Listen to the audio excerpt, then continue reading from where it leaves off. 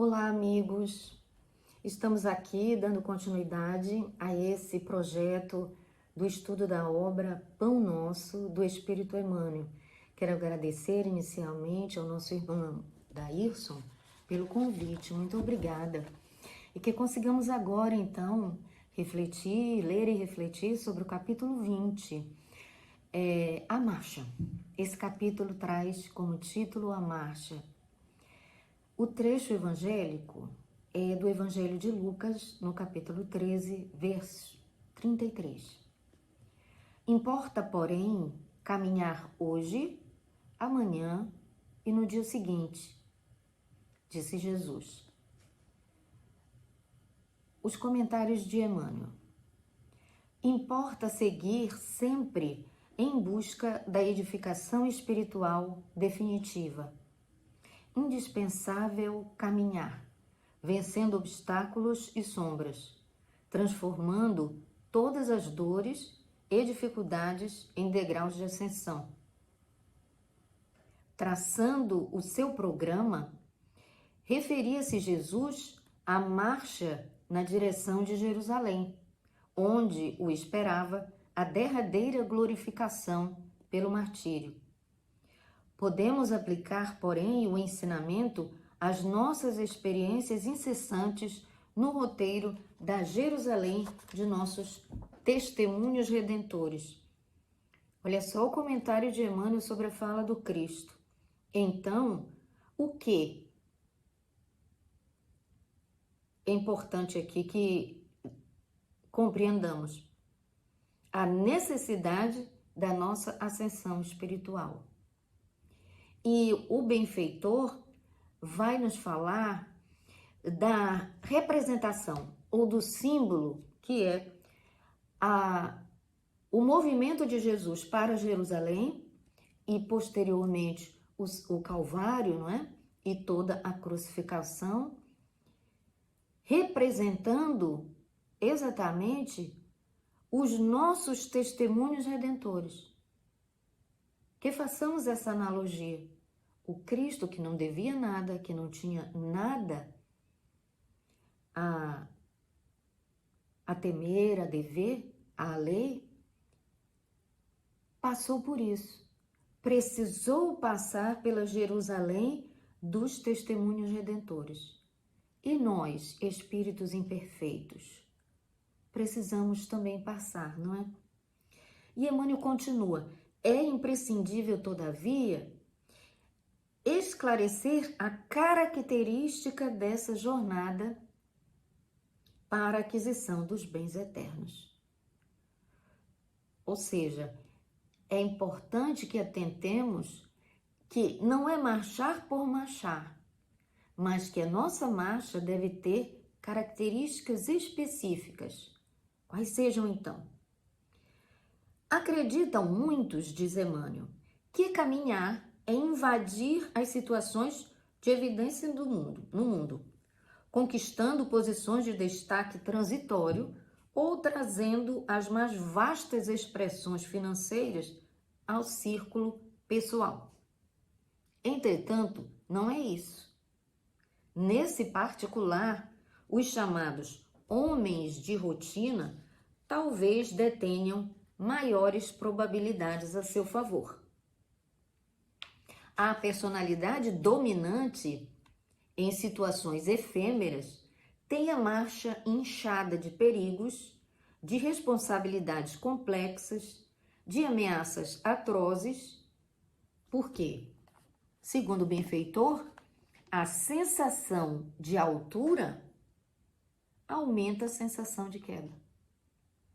Quanto mais alto estivermos, ou pensarmos estar, maior é a nossa insegurança, maior é o nosso medo de cair. Então, a característica da marcha é a de valorização daquilo que é imortal, dos bens imortais, e não dos bens terrenos. Essa é a principal característica que ele traz. E que a personalidade que predomina do homem encarnado é a mundana. que vai buscar satisfação em situações efêmeras, gerando para si responsabilidades. Daí a insegurança e o medo da queda, porque estamos numa altura que não é a altura desejada, não é a altura simbolizada na Jerusalém dos testemunhos redentores.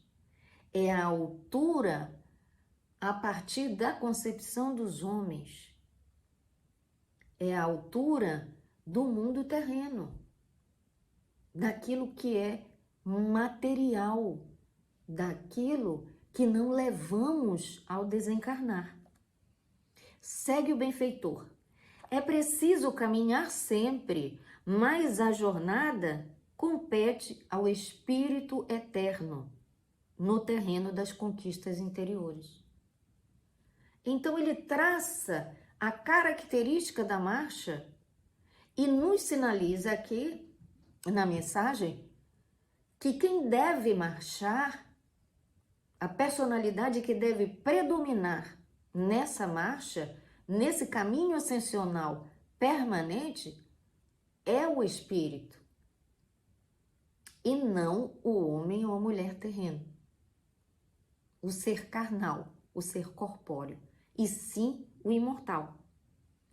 Muitas vezes, certas criaturas que se pressupõem nos mais altos pontos da viagem para a sabedoria divina se encontram apenas paralisadas na contemplação de fogos fatos, paralisada nos fenômenos, na matéria, não na essência, mas no que está fora, no exterior. Então, por vezes, a altura que buscamos é a do status social, a da conta bancária, e não a envergadura espiritual que nos dá a aquisição das virtudes, dos valores imperecíveis. E ele exorta que ninguém se engane nas estações de falso repouso. Olha aí. Talvez aquilo que entendamos como repouso, como necessidade de viver em paz, de paz, esteja equivocado do ponto de vista nosso, que pode ser um ponto de vista meramente terreno e não o do espírito.